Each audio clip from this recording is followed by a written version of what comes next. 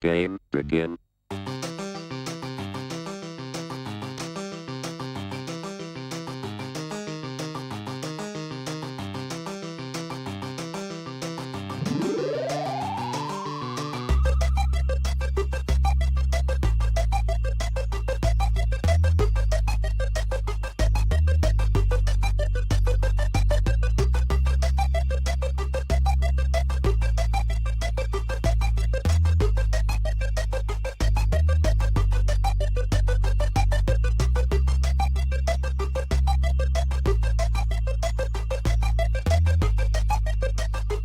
When the drum beats go, play this.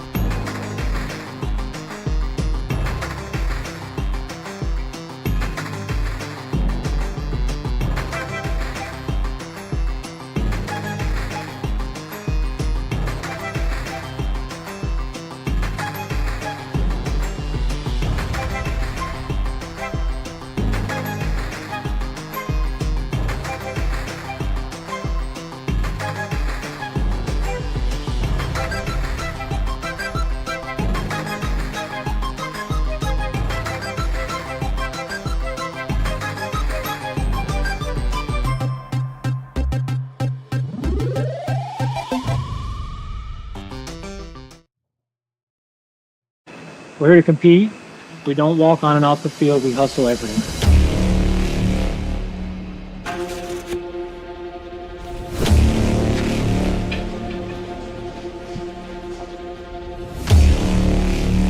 At the end of the day, the life lessons that you learn from this game will take you farther than in just about any sport, in my opinion. The mental toughness side of this game, the resilience factor that builds up over time throughout all the adversity situations that you have to go through in this game. It's very much so a big team sport, but at the end of the day, like, there's individual moments at the same time. When you get in that box, it's 1v1. When you get on that mound, it's 1v1. And then you got to lean on your teammates behind you at the same time. So the aspect of just every aspect of the game, I think, breeds toughness, trust, teamwork. Every aspect of it you can bring into real life after you're done playing. And I think that's what stands out to me most in baseball than any other sport. I play multiple sports, but baseball by far, I took everything I learned and being able to apply it to real life means the most to me. And I think that's why baseball is by far the greatest sport of all time. On three. 1, 2, 3. Start. What's up, people? Coastal Stars Podcast 2026. We're back and we're better than ever. We got new players. We even got a new team this year. And we got a special guest that we will be bringing onto the show later. How are we doing, Coach Justin? I am good. Welcome back, guys. It's been a little bit since we had another podcast episode. This one's going to be a little bit different. We are not filming this one live. So those of you who are watching this right now, this one's actually pre-recorded. So we did this one yesterday, but we still got a great show lined up for you guys. We're going to be talking about a lot of good stuff. We're going to be talking about new players. We're going to be talking about some of our recent commits. We're going to be talking about high school baseball, talking about some tips for our players getting ready for their high school seasons. And then we got a great interview lined up with one of our former players, Matthew Thigpen. Yep. Can't ask for a better guy to interview at this time because today he is playing in his opening series. That's right. The first two games. Got a doubleheader. Division II baseball today. Awesome stuff. Another thing I want to touch on real quick. I'm going to read a quick Bible verse. Philippians 2:3. It says, "Do nothing from selfish ambition or conceit, but in humility count others more significant than yourselves." Ooh, that's a good one. It sure is. We're going to talk about that at the very end of the podcast. We're starting a new segment. We're going to have a verse of the day each show. And so Philippians 2:3 is our verse of the day for this show. And we'll revisit that at the very end. But before we get to that point, let's jump in. I got a couple of updates / reminders for everybody. Current players, if you guys are watching this, make sure you guys are in group me's. We have a 14U group me, and then we have a group me for our 15U through 17U players. Make sure you guys are in there so you can stay up to date on everything. We've also got some upcoming tryouts. All right, so we had one scheduled for tomorrow in South Carolina. That one, at the time of this recording right now, it's looking like we may have some bad weather. So check on our social medias to see if that tryout is still happening. But on February 15th, we've got another one coming up in the middle Georgia area. I've already got a lot of players interested in that one. So you guys spread the word.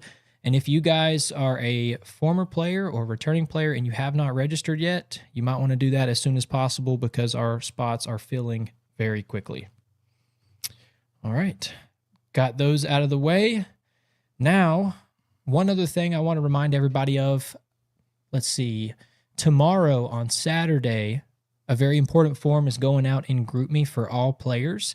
It is specifically aimed at my 15U through 17U players. You guys are going to get a form in GroupMe. It's for your spring high school team information.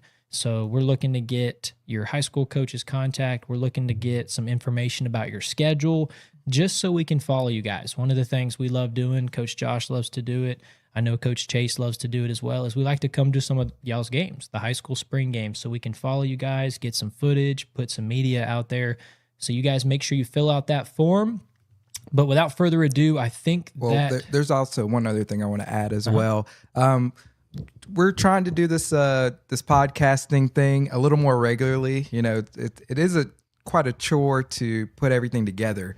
But one thing that we do want to do, like Coach Justin said, was like we want to showcase you guys as much as possible. Like that's part of our jobs, and we love to do that. Plus, it's going to, you know, our mantra is get better, get seen, right? And so your parents should already be doing this, or you should already be doing this, but like tape your at-bats, right? And if you have and defense, if you have a highlight clip, send it in. We're going to play it on the podcast.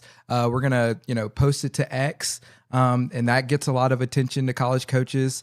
That's one of the big reasons Matthew Thigpen, who you'll hear from later on in this episode, that's one of the big reasons why he got recruited, was because his Twitter was good. So you'll hear him talk about that. We'll ask him some things about that as well. So yeah, no doubt. That's a great point. Today's day and age, guys, those videos that you take of your at-bats, whether you hit a double, hit a home run, strike out the side, definitely in today's game, getting good highlight clips has never been more important, right? Instantly, you can send or have video be seen by college coaches from all over the country.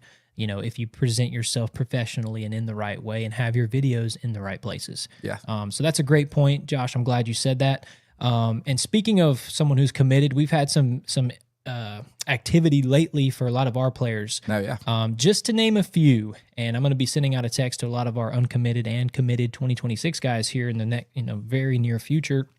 But a few guys that I know have gotten some offers lately or have recently committed. Jonathan Turner, exciting stuff happening for him. Janaris Reeves, I know he picked up an offer from Andrew, and he's got a LaGrange college football offer. And a Reinhardt one. And a Reinhardt offer, so he's doing some good stuff. Bo Greer recently committed to play at Emmanuel. Torrin Helms, a former player of ours, is going to go play at Bruton Parker.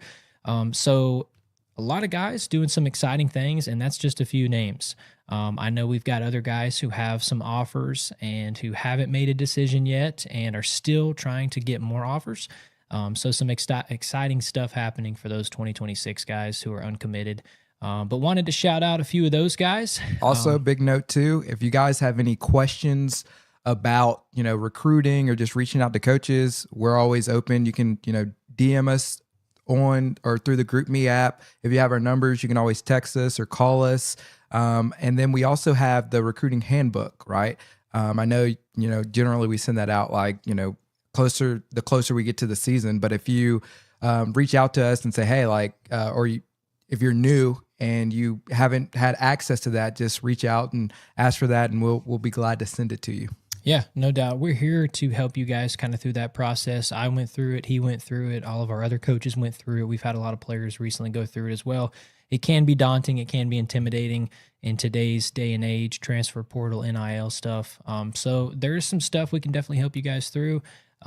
Definitely want to encourage everyone to check out the recruiting handbook, though. That's a great piece of advice there, Josh. Glad you said that as well. Also, it's there's a section on Coastal Star Central where we've clipped some of our best snippets from previous podcast and what have you about the recruiting process. So you'll hear from ex-players, you'll hear from college coaches on their perspective of the recruiting process. So if you just go to the Coastal Stars, baseball website, it's front and center. You'll see Coastal Star Central. If you just scroll through kind of the folders there, you'll see, I think it's called Recruiting 101.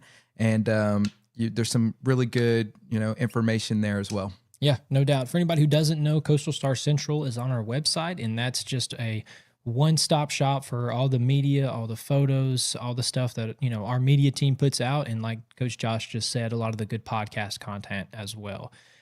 So yeah, moving on to the next thing I wanted to touch on, Josh, high school baseball is here. A lot of our guys, if not everyone, all the schools have had tryouts now. It's kind of weird because we're going to be we're talking about snow in the forecast, and that's wild. We've had and we snow, just had snow, and we might have some more snow. And we're talking about baseball seasons getting started, so that's kind of a crazy conversation. But I wanted to congratulate everybody who made a team. If you guys made your high school team recently, congratulations. Hopefully, all of our guys did that. But congrats to those guys. And one thing that we've got queued up, and one thing that we're going to talk about, I don't know if we have it queued up, but we're going to talk about it, are some tips, specifically some tips for high school baseball players on how they can stand out to college coaches during their spring season. Yes.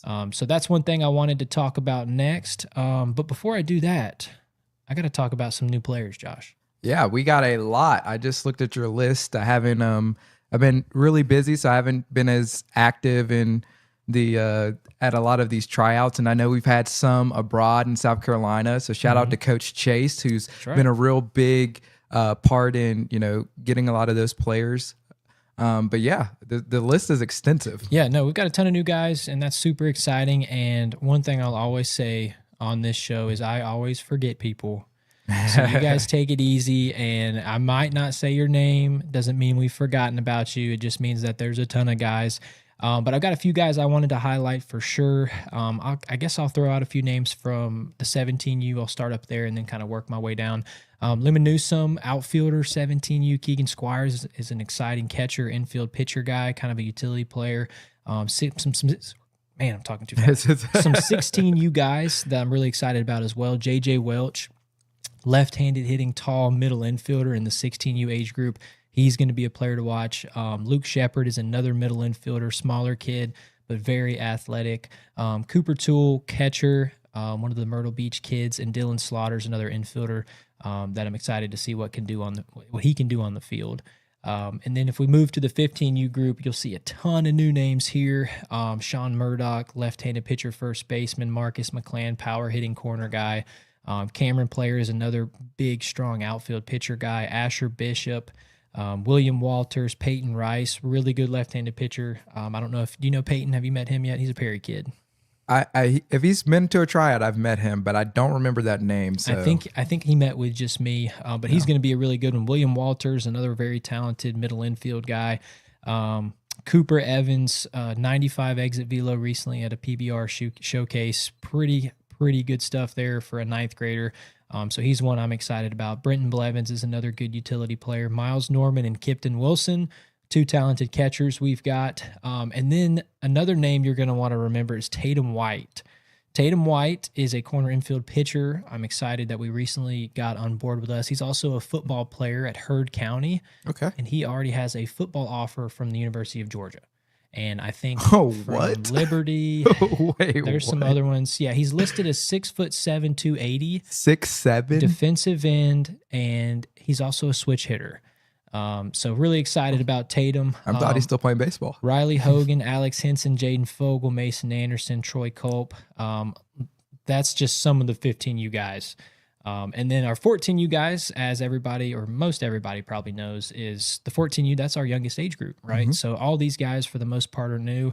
Cam Legg, he's actually the only returner. Braden Lawrence, Barrett Richardson, Tucker Barrett, Jackson Johnson, Mason, and Zach Schroyer. We got some twins. Love it when that happens. Jack Wiesinger, Braden Turner, Brentley Taylor, Gavin Schmalewski, Shepard Smith, Reed Leonard, Hayes Powell. So we got a ton of new names, trying to get everybody to, start to see and start to hear those new names in the program. And that's what you do, in the Coastal Stars family as we get to know each other. Yeah. So I see a lot of carry rating on here. That's right. A lot of the stats. A lot of profit. Yeah. If you guys don't know, Coach Josh is our big stats guy. We keep our own stats here in the program. We talk about our stats a lot on the podcasts. I don't think we're going to talk about them this podcast because it's January. We don't have much stats to go off of. But also Proflytics is what they're called. It's getting a big overhaul. So it's going to be a lot of stuff is going on behind the scenes, but it's going to hopefully be helpful to, understand the language a little bit better so that when we're talking about these things, you actually understand, we're not just tossing out these different terms and you're like, what is that? Like you'll actually understand, what it means and have some context. And hopefully we can get like a cool little dashboard of the stats that people have access to, but that may be, we'll see. Deadlines always get pushed back when it comes to stuff like that. That's right. That's right. So yeah, we'll talk about more stats on future podcasts. But those are a lot of the new players in the program I wanted to highlight. So we're excited about a lot of those guys. Also glad to see some twins. We've been missing some twins. We had the Cook brothers graduated out, Perkins brothers. I know you had Brady and Grant had stopped playing before he graduated, but we still had Grady. So. But yeah, glad to see some twins back in the program. Very nice. So wanted to touch on that. And now real quick, we got a list of 15 things, Josh. Yep, we do. I don't want to spend a lot of time on it because we got a Matthew Thigpen interview coming up next. So we want to spend some time talking to Matt.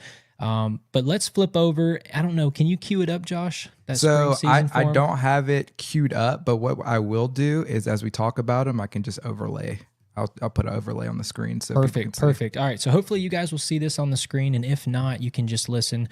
But we're going to go through a list. These are 15 things that I came up with that I want my high school players in our program to be aware of. These are types of things that make you stand out in the right way to college coaches. The first thing on the list is be consistently available and reliable. So what that means is college coaches value availability as much as ability. So your job as a player is to show up every single day on time, prepared, and healthy. So one thing that irritates any coach is unnecessary absences and communication that's unreliable or unprofessional, right? One of the things, players that you guys are watching, one of the things that's really important for you is to take some accountability to communicate, right? That's why we have our group me. And as coaches, it's okay. We understand you guys are going to miss things, but there's a right way and a wrong way to communicate about it, right? Texting us, 10 minutes before the game starts saying, hey, coach, I'm not coming, right? That hurts the team. And that's something that players, that sets you back as a player for any coach. So being just reliable and being a little bit professional, that's the first thing on the list. The second thing on the list, Josh, do you want to alternate or what do you want to do? Or just go ahead. I'll just cue in. Okay. The second thing on the list is play the game the right way every single pitch. What this looks like is hustling on and off the field, busting your tail down the first baseline on a routine ground ball, backing up bases, and staying engaged in the dugout. Those are some examples. One thing that's super important is coaches are constantly evaluating your body language and your effort. Those are two things that are never, ever going to show up on the scoreboard or in the stat book. But those are two of the things that coaches look at the most, right? They're looking to see what's your body language like when you go 0 for 4, right? And so playing the game the right way, every single pitch, at every moment possible is super important. So that's the second thing on the list. Number 3, here's one thing I had on here. Excel at 1 or 2 tools, not all 5. And this is kind of a reality check for a lot of players. And, I was lucky enough to be a really good college player, good enough to play professional baseball, and I didn't have all 5 tools, right? But very few high school players are elite at everything, all right? It's a true rarity to have a 5-tool player. Right. So one thing that I think is important for players, identify what you do best. Arm strength, speed, power, defense, command, and leverage those things. Lean into your strengths. College coaches are looking for players who can play a role, right? Later on in this podcast, we're going to interview one of our former players, and he's going to talk about kind of some offensive stuff because his role for his college team is offensive heavy. Right. That's his role, and that's the role that they recruited him for. So they're looking for a player to fill a role. So lean into what you do best. Now, obviously, you should develop all your tools and you should work on every part of your game, but you have to have an understanding about your game. Also, yeah, I mean, I think that's just a good life tip in general too, because a lot of people will worry about trying to fix their weaknesses more than just doubling down on their strengths. And not to say that you should just let your weaknesses go by the wayside to cripple you, right? You want to build those up. But if you're good at something, like go excel at that. I think a good example of that is Billy Hamilton, right? Yeah. Like he's fast, really fast, and he knows how to steal bases. And so he's been out of the league essentially the last 3-4 years, right? But when, September, October rolls around, somebody generally always calls him That's right. just to come run bases, to pinch run in the postseason. Yeah. Because he's so good at stealing bases. He's mastered that craft. And so it just goes to show you, like, you got to understand yourself as a player. If you're a speed guy, like, what can I do to, become the best speed guy, right? Well, put the ball in play, don't strike out, right? Learn how to bunt effectively, right? And then also, if you're a speed guy, you should be really good on defense. No doubt. Point blank, period. So, No doubt. And that's my next point. Number 4, defend your position at a high level. Defense translates immediately to college baseball. Making routine plays consistently, having clean footwork, proper angles, and accurate throws. A strong defender earns trust quickly.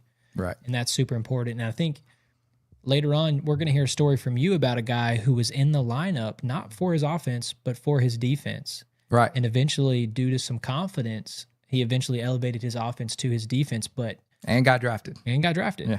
Because he was good defensively. That's what initially got him that opportunity. Exactly. If you're a high level defender, if you can steal runs, right, then sometimes that's more important in what the team needs more than actually producing runs, right? Because if you can keep people from scoring, well, then you don't have to score as much, right? That's right. Very valuable. Number 5, compete with confidence, not emotion.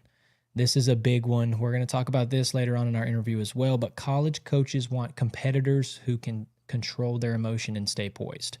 Whether it's a bad play, an error, a bad call, a strikeout, responding to adversity is one of the biggest evaluation points college coaches are going to make, period. They want to see you fail. A lot of times, if they're coming to watch you play, they already know you're good enough, you're talented enough, but they're trying to figure out what type of human being you are and how you respond to adversity. Yeah, because that determines whether they want you in your program, whether you're a good fit for their program. Like how you carry yourself is huge for a lot of coaches. Mm-hmm. The next one, number 6, run the bases aggressively and intelligently. First to third decisions, secondary leads, reading dirt balls, smart aggression matters. One of the things players, if you haven't heard us say it yet, you're going to hear us say make aggressive mistakes. We know all players make mistakes. We make mistakes all the time as coaches, but we want players that make aggressive mistakes, right? One thing I always say is we would rather say whoa than go. We want players who play fast. One other thing I put on this list is speed plus baseball IQ stands out more than raw 60-yard times, right? Both of our brothers are good examples of that. Your brother holds the stolen base record at Reinhardt. My brother holds the stolen base record at Georgia State. And your brother was very fast, but my brother really wasn't that fast. Yeah, he's just crafty. He just knew Definition how to of a steal crafty bases. lefty, right? That's right. Yeah. Definition of a guy whose speed plus baseball IQ stands out more than raw 60-yard times. Right.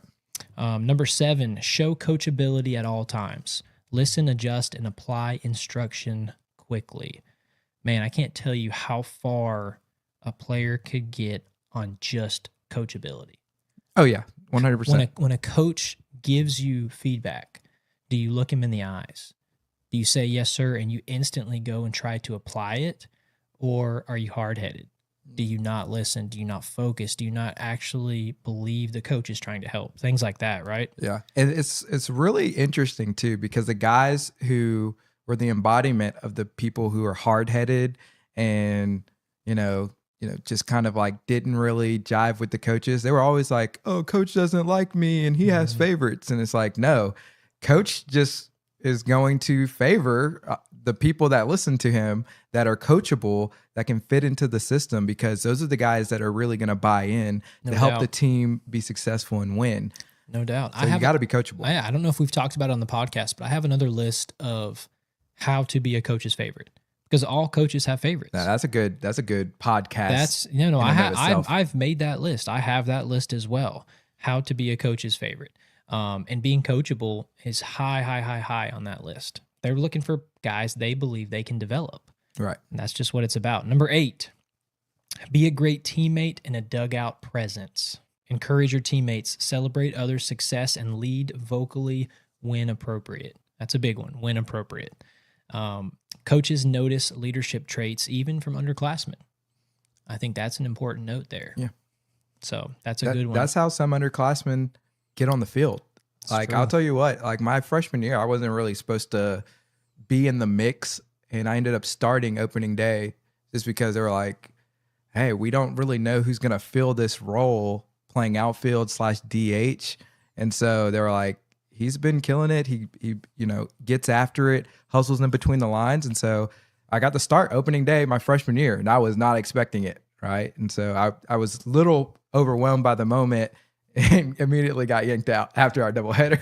but I ended up having a good freshman season, because you eventually find your jive, and the college game is an adjustment in and of itself. Beyond just practice and inter squads, once you start playing games and against competition, that's a whole different monster. No doubt. Number 9, maintain a strong academic profile. You're going to hear us talk about this on this same show. Student. That's right. Yep. Student part comes first. You're a student athlete. Your grades matter. You have to be eligible. You have to be able to manage your time well and succeed academically. But also that's just how it is. That also goes along with the quality of your character too, which translates to coachability and whether a coach is going to like you as well. Yep. I've always said it. The first question any college coach is going to ask is, what's his GPA? Can he take care of his classwork? Yeah. Super important, because it just speaks volumes about what type of person you are if you can handle your classroom stuff. And they can't even get you on the campus if your GPA is not at a certain level, especially at some of the like D3s and even at a lot of D2s, because they don't have as much money as D1. Yeah, no, if you're a high school player and you want to play college baseball, the higher the GPA, the less money you're going to have to spend. Right. That's how it is. Number 10, communicate with coaches professionally. So I talked about this one a little bit earlier, but professionalism goes a long way, right? Send concise, respectful emails with updated schedules, stats, and video. Avoid parents handling communication. This is so big. When you guys get into high school, this is your recruiting process. Now, your parents should be intimately involved, and they should help you. But if you want to play college baseball, you should be the one spearheading your recruiting. All right, that's just how it is, because this is your recruiting process. This is your journey. And overall, this is your baseball career. So that's a big thing. That just goes to, kind of touches on emotional and maturity level, right? Emotional maturity. And can you kind of handle that? And that's one of the things we try to preach to our guys. So that one's important. Number 11, we got a few more here, and then we'll move on. Produce in meaningful situations. So this one, we talk about the clutch gene, right? Oftentimes, I've heard stories about it in the past too. One play, one pitch, one swing can kind of be pivotal for players, right? You don't necessarily have to be the guy who's all region, who hits 400, who hits 5 or 6 home runs. But if you have a really good weekend, or maybe a really good game in front of the right people, that's all it takes. That could be all it takes. Yeah. Big hits with runners on base, quality at bats, shutdown innings, and defensive plays in tight games matter a lot more than stat padding and blowouts, right? Sometimes those all-region players, their stats are padded because maybe they played a lot of, garbage teams, right? Maybe they never saw any good pitching. But if a college coach comes to watch you and you make an insane defensive play in the playoffs to keep your team's hopes alive, oftentimes that can mean a lot. Yeah. So I think that's important. Number 12, keep your body in playing shape all season. This one's huge. College baseball and high school baseball, when you add high school plus summer ball, is a grind. It's a lot of baseball, right? Players who maintain strength, mobility, and conditioning late in the season can stand out, right? College coaches need a guy who can go out there and play 55, 60 games in a season. Got to. So if you can't do it and you're always fatigued, you're always hurt, you're always sitting out, you're missing reps, you should reevaluate. So I think that's very important. Number 13, know the game, baseball IQ stuff. Just understanding the game, situational defense, pitch sequencing, signs and strategies. Smart players play faster and make fewer mistakes. Coaches can notice those types of things immediately. Yeah, I think this is like one of the number one things that'll make you a better baseball player at this level, besides the inevitable get bigger, get stronger, right? Mm-hmm. If you are not developing your baseball IQ on the daily, then you're going to be behind, because when you get to college, that's a whole different level of, this guy has a scouting report on you now. And even if he doesn't, he's got an approach to how he's trying to attack you. He's not just first pitch fastball outside, right? He's going to attack you and try to pick you apart. It becomes much more of a mental chess game, especially the higher you go. And so if you're not developing your baseball IQ and developing an approach, not only in the batter's box, but in the field, understanding how this guy's behind, so maybe I need to pull over in this hole here, then you're going to be behind. So yeah, no doubt. And I think one thing that's important with that one is the last sentence there is, regardless of whether or not you're on the field, you can do this. Exactly. Some of you guys listening to this show right now might be freshmen, and you got no chance to get varsity innings this year, but you might get to dress for varsity, right? And what you're doing in the dugout as the varsity team is playing matters, because you can sit there and you can talk about somebody's girlfriend, or you can talk about your science homework, or you can say, wow, they just did a delayed steal. And maybe, what was the sign for the other team's delayed steal? Or maybe, hey, they've gone breaking ball every single time we've had a runner in scoring position, right? Those are the types of thoughts you should have to improve your baseball IQ, and you can do that from the dugout. Now, I'll tell you what, the year that we won state at Houston County, our bench players were a big help, because they were engaged. They were like, all right, they were trying to get signs. They were trying to get any advantage that they could give to us playing. That they did. They were, picking signs. They were, trying to tip pitches for us. Like, they did it all. And that was a pivotal part of why we were able to be successful and make that run. So. Yeah, for sure. Number 14, I almost didn't keep this one in. I almost left this one out.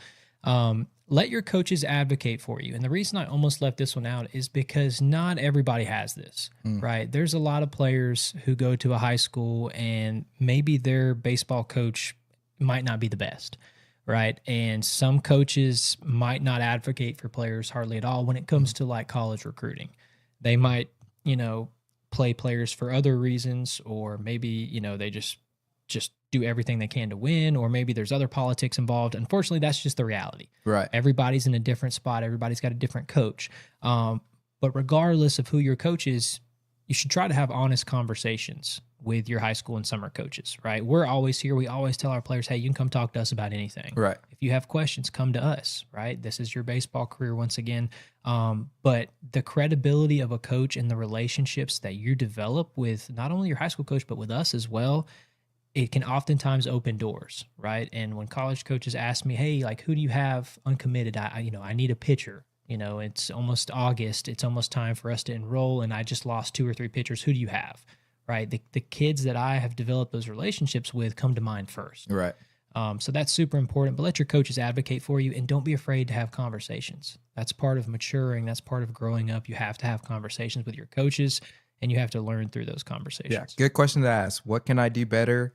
How can I get more at-bats if you're maybe not in the lineup? Like, I had this past fall, I had a couple guys come up to me like, hey, how can I get more at-bats? I would like some more playing time. Okay, Thank you. Thanks for coming up to me.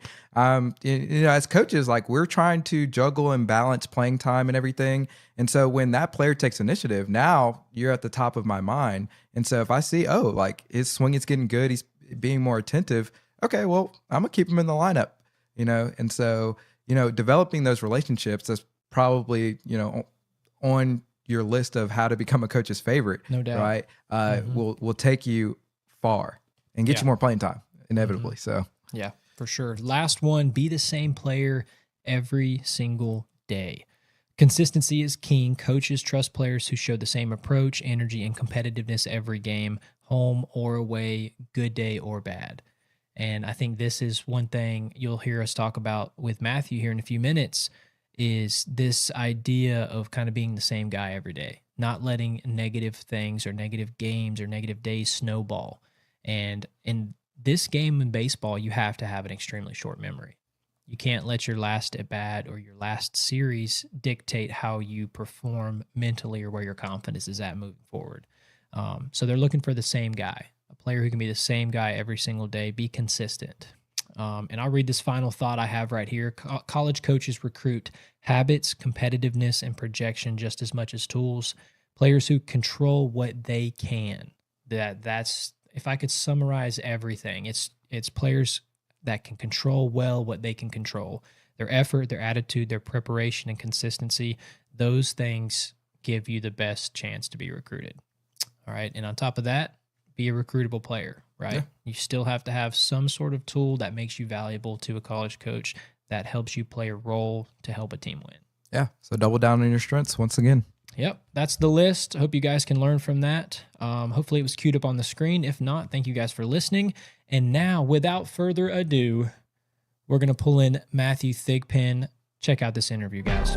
We got Matt Thigpen hopping on for this portion of the podcast. Matt, thank you for your time, man. How are you doing? I'm doing pretty good, man. How are y'all been?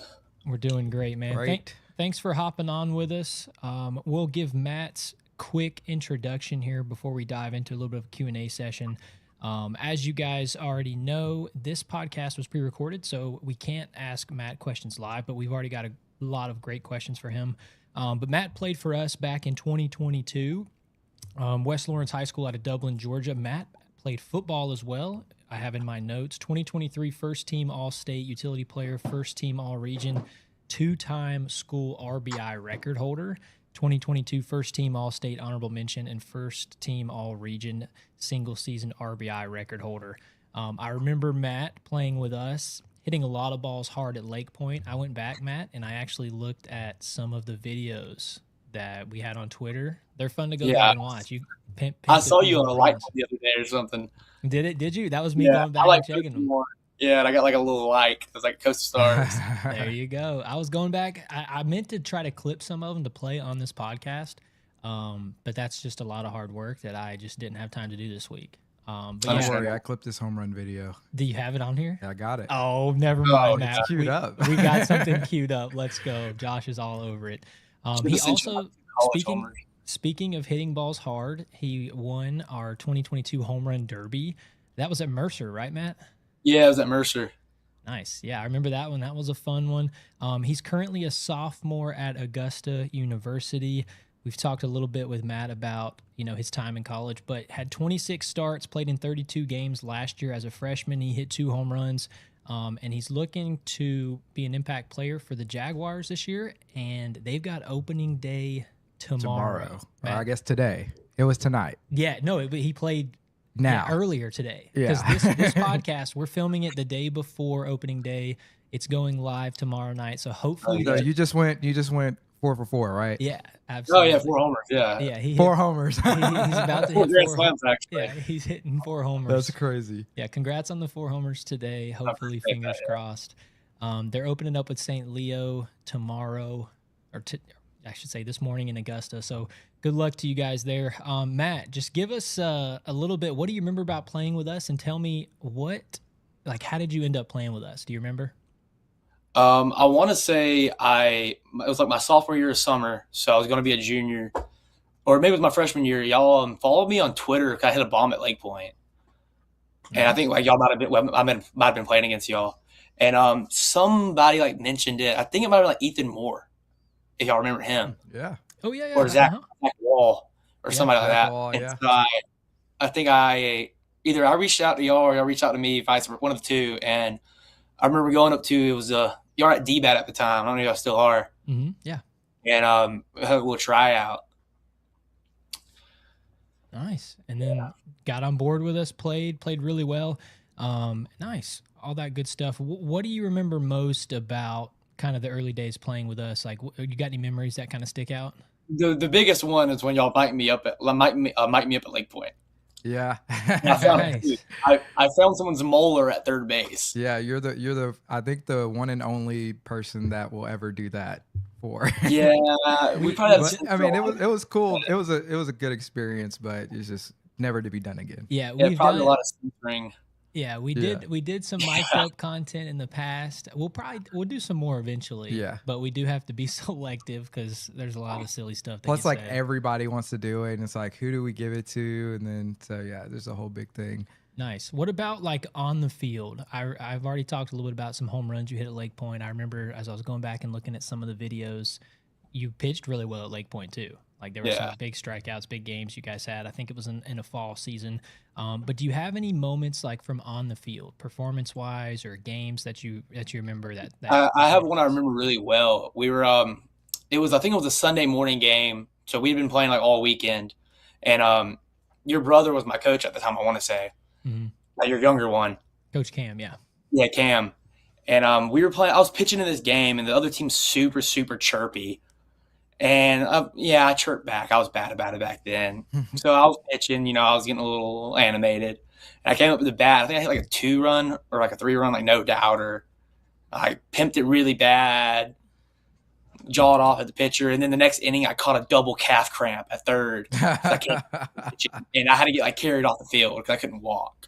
Yeah, that's awesome. That's multiple memorable moments in one single. Yeah, it was all the same game too, within like a 30-minute span. That's poetic justice.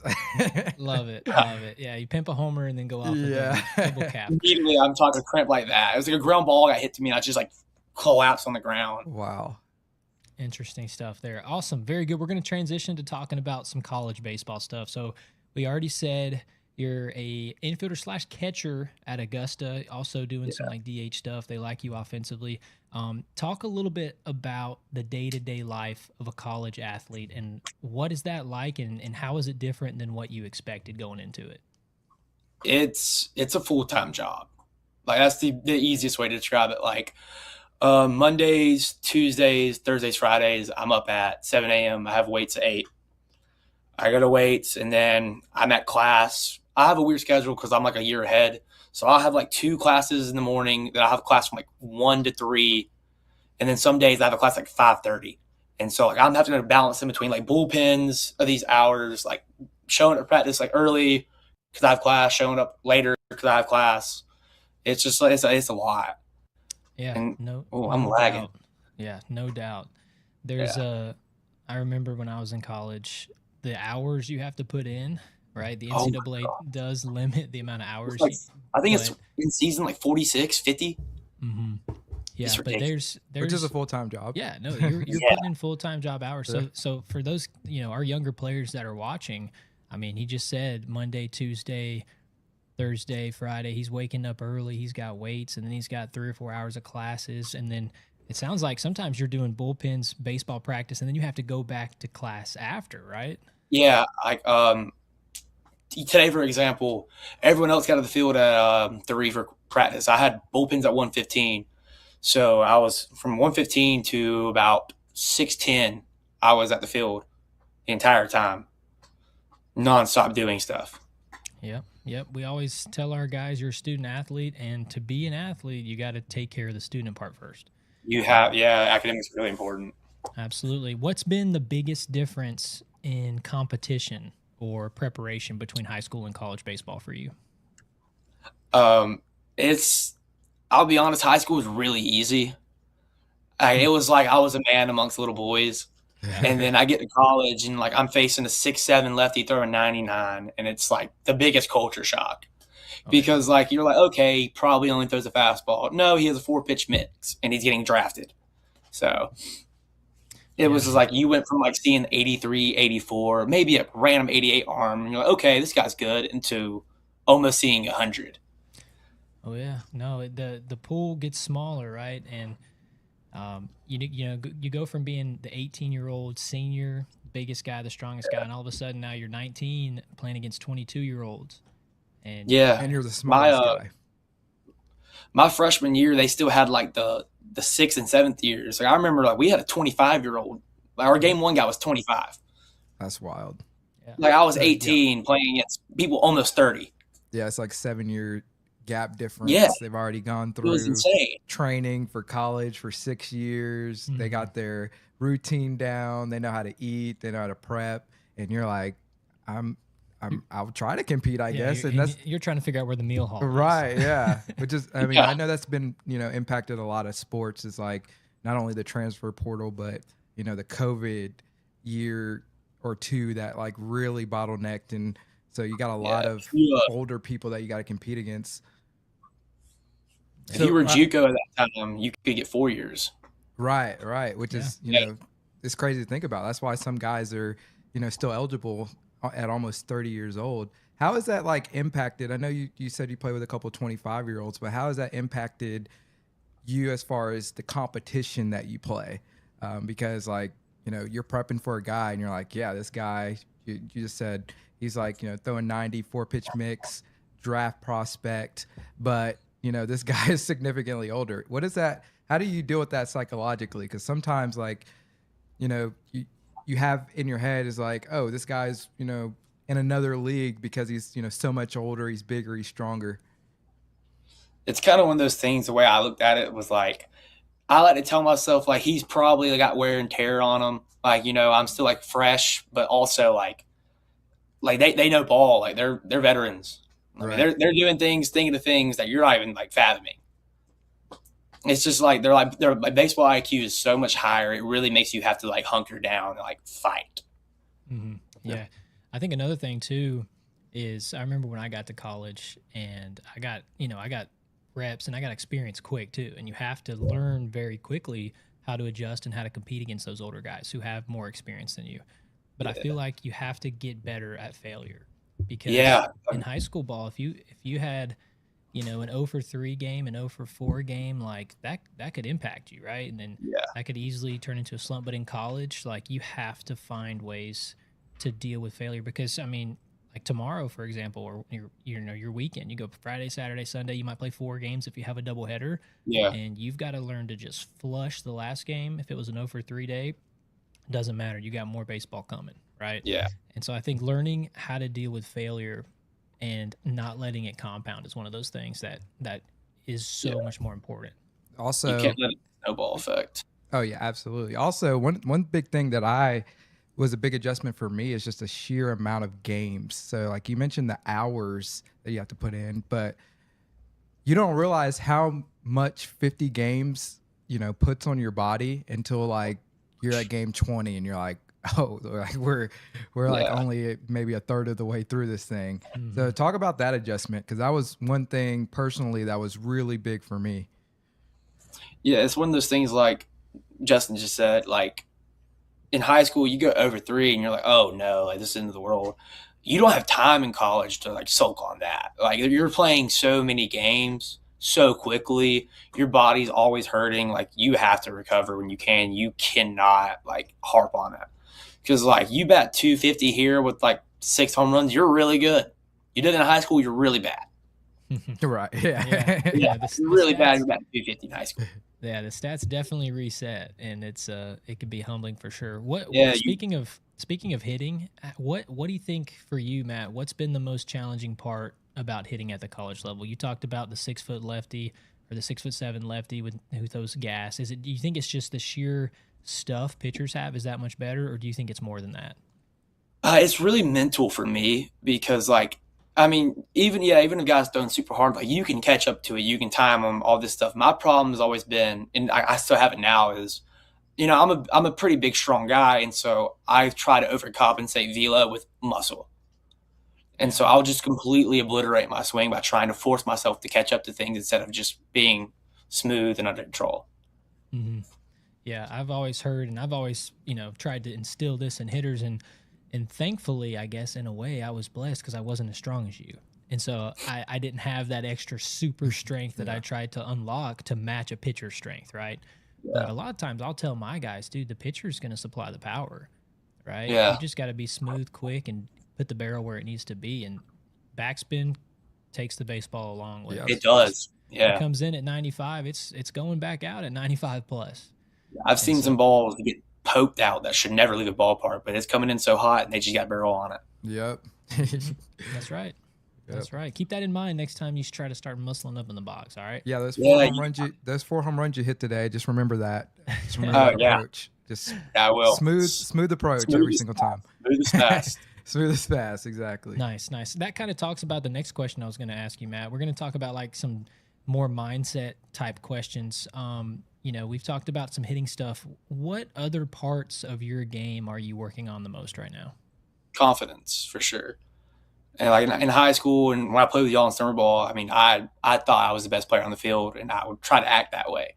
Yeah. And the biggest culture shock, I came in my freshman year, had a great fall. I was riding off the summer, a great summer, riding off of confidence. And you reset during the spring. First, inter squad went over 3Ks, and it was just, I went from here to there. Mm-hmm. And if you're not confident, if you're not convinced that you're better than this guy, you're better than this pitcher, you're going to beat him, you're going to get beat every time. You have to think that you're that guy, or you're not going to be that guy. Mm-hmm. Yeah, I think there's a line between cocky and confident. But you don't have to be cocky, but you have to be confident. You have to be confident, yeah. And you have to trust your training, right? Because if you've put in those hours that we've already talked about and you've put in the work, you've got to be confident in your ability to compete. If you don't think you're going to succeed, you're never going to succeed. No doubt. No, I don't care how much it works. Yeah. Personal story. I played with a guy. His name was Connor Hoover, and he got drafted in his junior year of college. So my sophomore year, he was a year ahead of me, and his sophomore year, my freshman year, really bad, 250, probably led the conference in strikeouts, but he was in the lineup because he was our shortstop, good defender, but you could always tell his stuff, he had the tools there, but he just wasn't confident. And we literally, the next year, he hit almost 400, 16 home runs, and was a focal point when we went to the World Series that year. And we were just talking with him, I think at a hotel one day, and we were like, yo, how did you turn your whole career around from batting 250 to now almost hitting 400 and leading stats? I think he was among nation leaders in a couple stats as well. And he was like, I'm just more confident. He literally, that's what he said. He was like, I just get into the box now, and I'm like, no, I'm the best. I'm gonna beat this guy, whoever's throwing the pitch. I'm gonna beat him. And he was just like, I'm just more confident. He was like, that was pretty much it. It was like, you can fix all of your mechanics and get your hands in this position, shorten your load, make it bigger. But at the end of the day, it's you just gotta get in there and compete. So yeah, that's a very good thing that you just brought up there. No doubt. And talking about Matt's confidence, I feel like that's a pretty good segue into if you have a highlight video queued up. Yeah. Because if Matt needs some confidence, one of the things I love doing, Matt, is if I'm not playing well, or when I was in my career, if I struggled, man, I'd be like, I'm actually really good. And sometimes going back and watching yourself when you were at your best can kind of help instill that confidence. Yeah. So I think this was one of the moments when you were most confident. Came home today after driving 6 hours, took a nap, got the cages, hit the BP, and I'm talking. It didn't feel good. He got it out of here. Oh my God, he's 1 for 1 on the day. Nice. Matthew Thigpen puts it on the board. Oh, okay. Let's see. That was touched. And that is gone. It is all tied up. Oh wow, that is undeniable. Is that gone? Oh my gosh, I think Diego just robbed it. Oh my God, what a rob. Diego just hype him up. He brought it back. Diego Jackson, yes. Wow. Try to catch me howling at the moon. Oh, but that one is getting out of here. Rob that. Matthew Thigpen answers back to take the lead. He said it. Rob that, Diego Jackson. I forgot about that home run Diego robbed. Yes. Home run derby. That's pretty cool. The first guy to ever rob it got a free wood bat there. I think they both did probably. Yeah. Well, yeah. But yeah, so that was one of the more memorable moments in Coastal Stars history. So we had to throw it back. What is your reaction looking back at that now? It's just crazy. I was 18 then. And I feel like I look so young. I was. That wasn't even that long ago, bro. Yeah. I was 21 now. Nice. Hey, I will say, Matt, the mustache these days, big fan. I think it's looking good. Yeah. Keep that thing going. I'm glad. I appreciate that. I've been working on it. Big fan of that. You did not have as good of a mustache then, but your swing was just as good. So yeah, better. No. Well, I'm sure your swing now is pretty good too. But it also, I went back and watched some of the home runs you hit at Lake Point. Those should give you a lot of confidence too. Yeah. So yeah, sometimes that's just what you need. But yeah, great player for us. Hit a lot of home runs. Won our home run derby. That's what we saw there. Some of the clips we had. We're gonna move over to our last section here of questions. This is like, we call this perspective and advice. Tell us, Matt, what is one thing you wish you knew before playing college baseball? I wish I knew how much it meant, honestly, because when I was in high school, I was like, oh, I'm going to play college ball. I'm going to do this. I'm going to do that. And then you get here and you start realizing okay, I'm probably not going to get drafted. I was not as good as I thought. And then you're like, okay, I could get this amount of years out of this. And it's like, you're holding on to the dream that you've always dreamed of. And it's like, you're making your younger self proud. But it's like one of those things where you realize time here is limited. I need to have fun and enjoy this while I can. Yeah, man, no doubt. And that's such an important mindset to have. And it's not even for college players too. I mean, the reality is only 7% of high school guys make it as far as you made it. And not only is that something you should be super proud of, but keep that in mind as you enjoy the ride, right? It doesn't matter if you're in high school or you're playing middle school baseball, if you're playing college baseball, this could be your last season, right? Anything can happen. Enjoy the ride. Yeah, man, enjoy the ride. I think that's some really good advice for anyone who's still, like you said, following that dream. That's a wild statistic. 7% of high schoolers. I think that's about right. Yep. But I mean, I think either way you slice it up, it's a low number. So it's so interesting. That number might be Division I, but I think that might be total. But still, I think Division I's lower actually. Division I's. I think it's 3 or 4. Yeah. But it just puts into perspective how fortunate you are if you get an opportunity to play at the next level, to play the game that you've been playing likely since you were a small kid and just having fun and enjoying life. And now you get to do it to help supplement paying for your education, which is awesome. Yeah. And just piggybacking off of what you said, sometimes you're not going to remember, every game that you have, but I tell you what, you'll remember those moments you had with the boys on the bus ride, in the hotel rooms, getting up for weights. Yeah. And those are the moments or even just, just talking about how your coaches were or how this player was quirky in this way. And those are the moments you'll talk about when you're all reunited at somebody's wedding or just different things that come up in life when you get to see those guys again. And that's what really makes playing at the next level, worth it. Because like Coach Justin said, it's a blessing that you get to play at that level, but then, going to the next level is even, harder to get to, and it's very unlikely. And so you really want to put into perspective the blessing that you do have so that you don't just, let it pass you by. Yeah, no doubt. And Matt, I want to go back. I forgot to ask you this question earlier. We'll come back to those last questions, those more advice type questions. Tell everybody, how did you end up going to Augusta? Because I think if I remember correctly, they saw some of your video that maybe was on Twitter or maybe was online. Tell everybody real quick, how did you end up getting recruited by Augusta? Early on, I had a lot of schools looking at me, talking to me. And I know there was an incident where I had a really bad attitude. And I know a lot of people kind of cut me off from that. And then my dad filled out a recruiting questionnaire, funny enough. And he put my Twitter in it, and they went on Twitter. I got a follow on Twitter. And then the next day I got a phone call while I was at school. And it was hi, this is Coach John Friday from AU. saw your film, saw your recruiting questionnaire. I'd love to get you on a visit. And then within 2 days, I was on a visit. I got offered, and I think I committed a week later. Awesome. Do you know, because this is one of the things, now Twitter is X, right?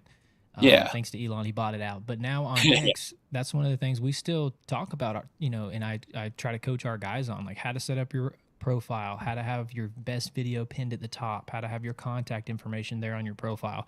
And I went back and looked at yours, and yours still looked good to Yeah. this day, I right? think it's still that. Yeah. And do you know what video of you that they saw that they liked? No, I don't remember which video, but I do remember Twitter was really useful. I remember at one point at one of y'all's camps, Jay Rich, he was at the pitching coach at Aiken at the time, was texting me on Twitter. Piedmont's coach was. I got a bunch of JUCOs text me on Twitter. Twitter was really actually back then and I'm sure it still is. It was really helpful.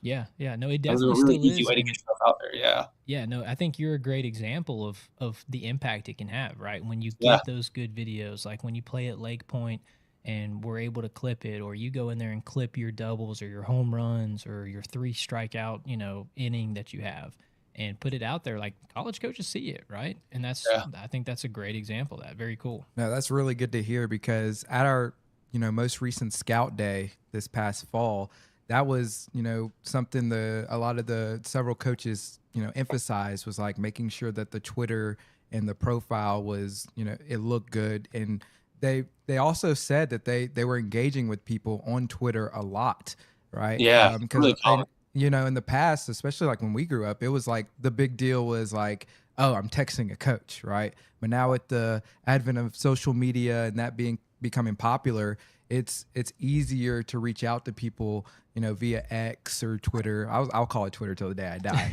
but via Twitter or Instagram and different channels that way, because you don't have to go through the inertia of exchanging numbers and trying to keep up with that.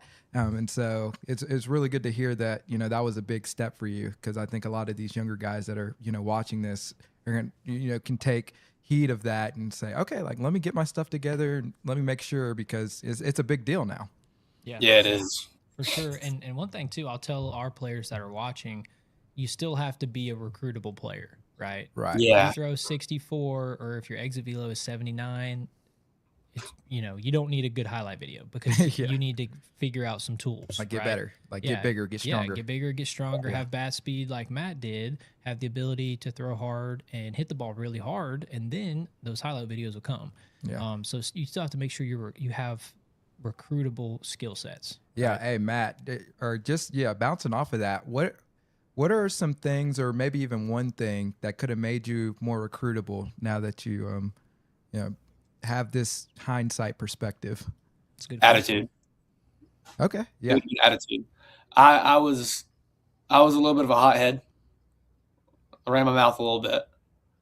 I was looking back on it. It was a really bad idea. Not the best thing. I was coachable, but I had a temper. You don't need that. You don't need that at all. Yeah, kind of like what I said earlier, that difference between kind of cocky or hot-headed, if if Yeah. you use that term, versus confidence, right? And I think we'll talk about that a little bit more at the end of this podcast. We're gonna have our Bible verse of the day, and I can kind of touch on that and weave that in a little bit, but we'll talk about that more later at the very end.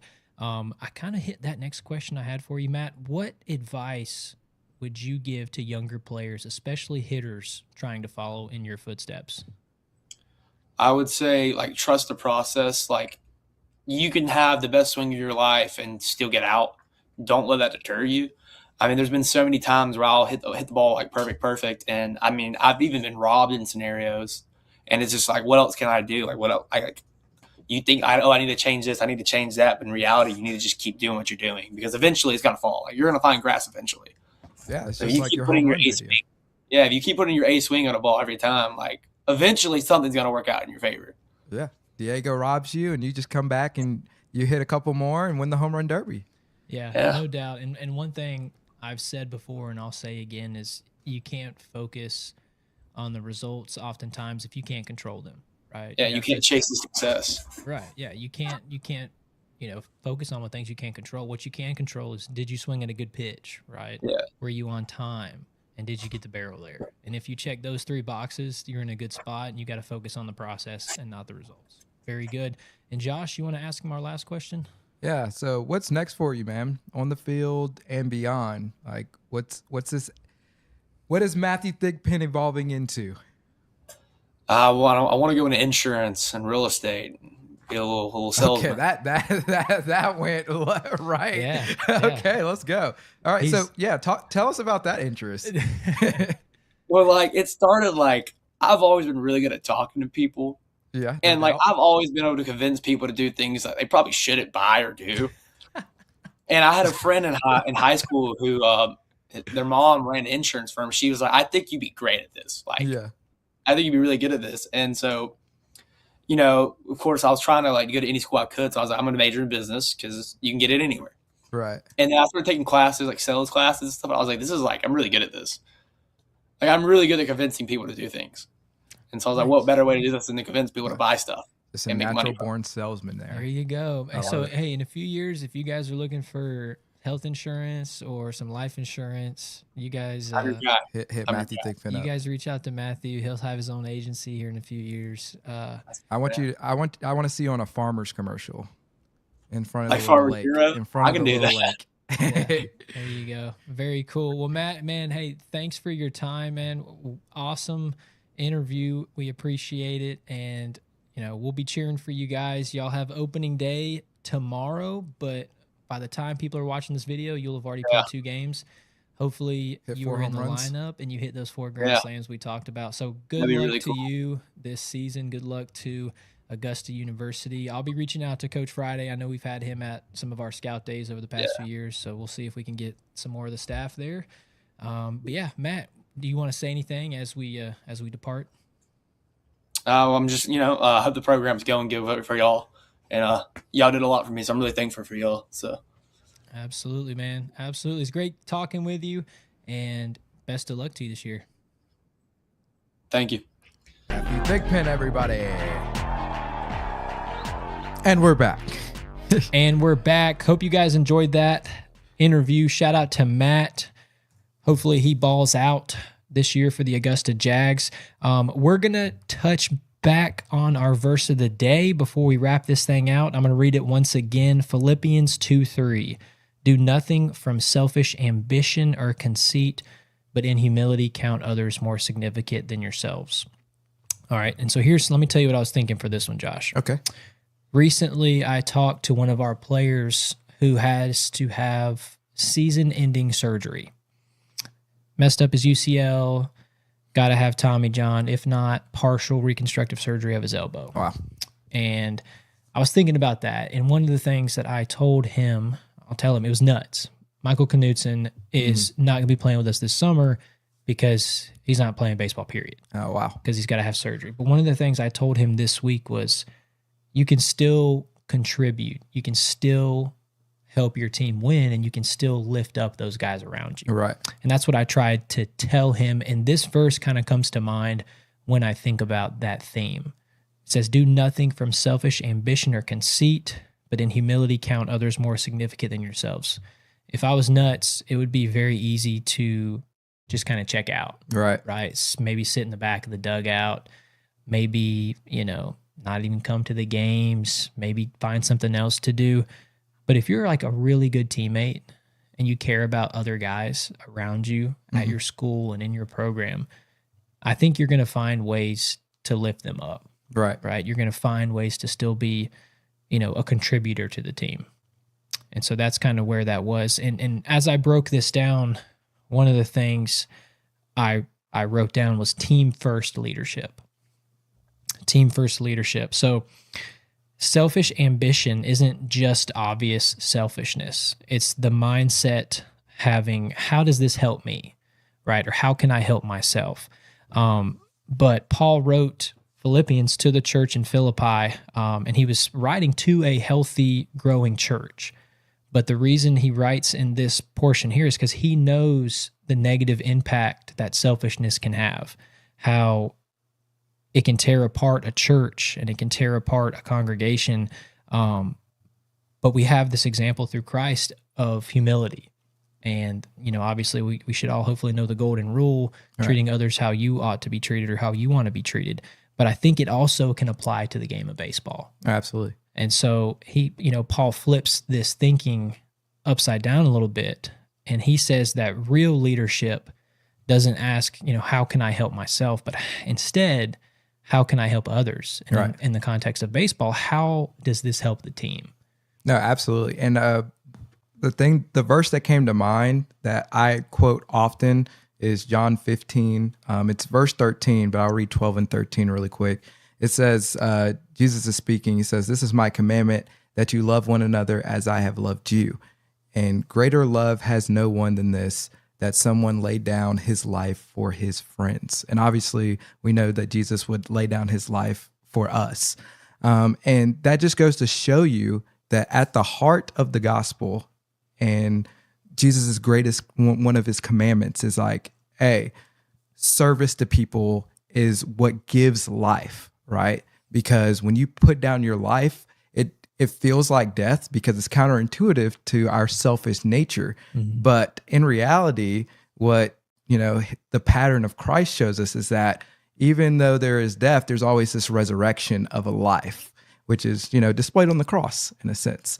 And so I always think of that verse when it comes to like, hey, are you being selfish? It's like, well, there's no greater love than to lay down your life and to be of service to other people. Mm-hmm. And so, in Nud's case, it'd be really easy to just, check out, or you can like lay down, your life in a sense, just be of service to people, be there for your teammates.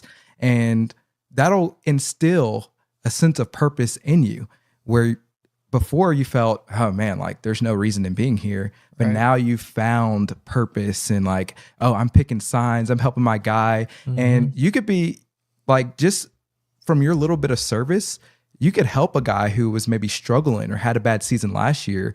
But just because of the little things that you did, he was able to, you tip the pitch off to him. Okay, he gets a double in the gap. Now he's got confidence, and that confidence snowballs into him becoming a better player. And then now you join the lineup next year and you're all able to make a deep playoff run. Like, so it's just little things that can compound, right? But when you think so selfishly, you're not helping anybody, not even yourself, right? And so you always want to be of service to others, just as Christ was. No, I love that. That's so good. And I'll finish and kind of wrap things up with this thought right here. But here's the application. I wrote, teams fall apart when everyone wants to be the guy, right? Right. But teams become dangerous when everyone is willing to be a servant. That's when a bunch of guys come together and they figure out, what can we do to lift up the entire team? Not just myself, not just me, but what do I have to do to serve those around me? And the last thought I have right here is, if you want to leave, you will serve first, you will encourage constantly, and you will compete with humility. That's the kind of leadership that coaches trust, teammates follow. And I think that's the kind of leadership that honors God. So that's what we got for you guys today. Amen. We got an amen. I love that. Very good. So that's what we're going to do to wrap up this podcast. If you guys made it this long, thank you so much for watching. That's all we got for you guys this time. Yeah. We're going to be signing off here. Thank you guys for watching. Stay tuned for more episodes and cool things. Also, remember, hey, can't stress this enough. Tape your at-bats, tape your games, and clip them. Send them to us, because that goes into marketing yourself as a player. If you want to be a recruitable player, then that's something that you have to do, especially in this day and age. But until next time, guys, keep getting better, and we will see you.